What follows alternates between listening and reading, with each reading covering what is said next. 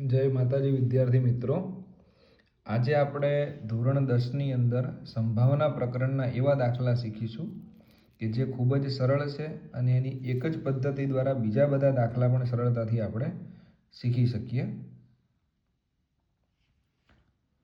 તો એમાં દાખલા નંબર 8 છે, સ્વાધ્યાયનો દાખલો છે.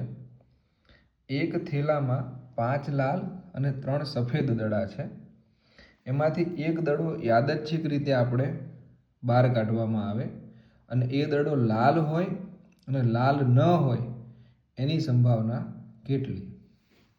હવે આ સંભાવનાના દાખલાને 4 સ્ટેપમાં આપણે લખવાનો છે, એટલે કે એનો જવાબ 4 સ્ટેપમાં. પહેલું સ્ટેપ છે કુલ પરિણામ, બીજું સ્ટેપ છે ઘટના એ, ત્રીજું સ્ટેપ છે ઘટના એના સભ્યો અને ચોથું સ્ટેપ છે સંભાવના ઘટનાના સભ્યો છેદમાં કુલ પરિણામ. કઈ રીતે સોલ્વ થાય એ સમજીએ. તો સૌથી પહેલાં અહીંયા રકમમાં શું લખ્યું છે? 5 લાલ અને 3 સફેદ દડા છે. તો સૌથી પહેલાં કુલ પરિણામમાં શું લખીશું આપણે? કે 5 + 3 એટલે જવાબ આવશે 8. એટલે કુલ પરિણામ થઈ ગયા 8. પછી ઘટના એ, આમાં શું કરવાનું છે કે તમારો પહેલો પ્રશ્ન શું છે કે લાલ હોય, એટલે કે પસંદ કરેલ દડો લાલ રંગનો હોય. તો આપણે જે પ્રશ્ન છે ને એ જ પ્રશ્ન ઘટનામાં લખવાનું છે કે પસંદ કરેલ દડો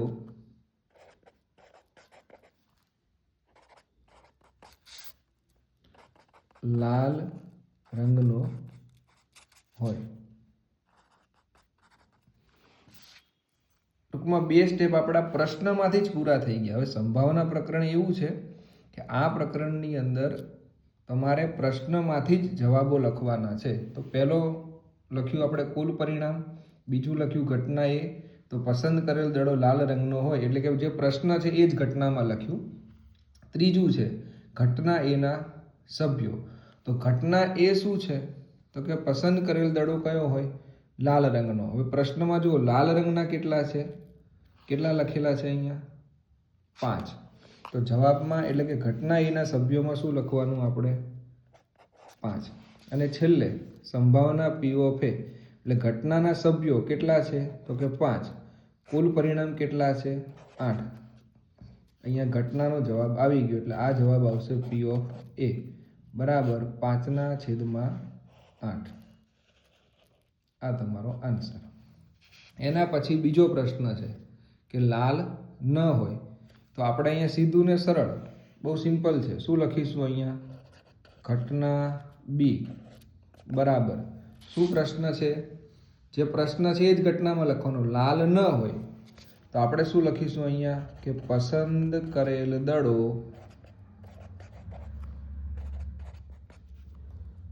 લાલ રંગનો ન હોય. આમાં કોઈ સૂત્ર જ નથી, ફક્ત પ્રશ્નોમાંથી એટલે કે રકમમાંથી જ જવાબ લખવાના છે. પછી લખ્યું છે કે ઘટના બીના સભ્યો. તો ઘટના બીના સભ્યો કયા છે? જુઓ તો લાલ ન હોય તો અહીંયા 2 પ્રકારના દડા છે, 5 લાલ અને 3 સફેદ. તો વધ્યા કયા? સફેદ. કેટલા? તો કે જવાબમાં આવશે 3. અને આની સંભાવના P of B શું લખીશું? 3/8. દાખલો અહીંયા પૂરો.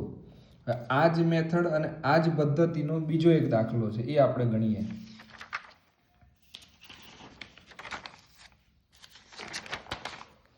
એ દાખલો છે 9મો.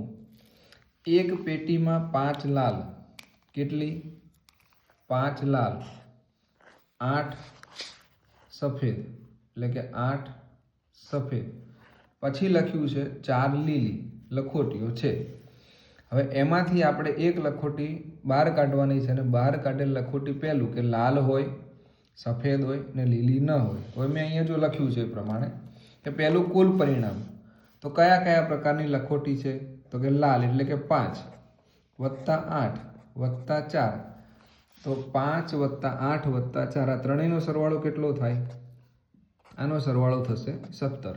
એનો મતલબ કે જવાબ મળી ગયો. કુલ પરિણામ કેટલા આપણને મળ્યા? 17. પછી ઘટના એ, હવે મેં તમને કીધું એ પ્રમાણે કે લાલ હોય એટલે કે જે પ્રશ્ન છે એ ઘટનામાં લખવાનો. તો શું લખીશું આપણે કે ભાઈ પસંદ કરેલ લખોટી કયા રંગની હોય? લાલ રંગની હોય.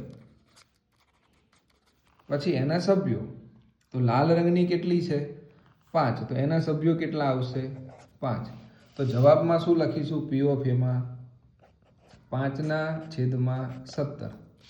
પછી ઘટના બી સફેદ હોય તો અહીંયા લખીએ કે પસંદ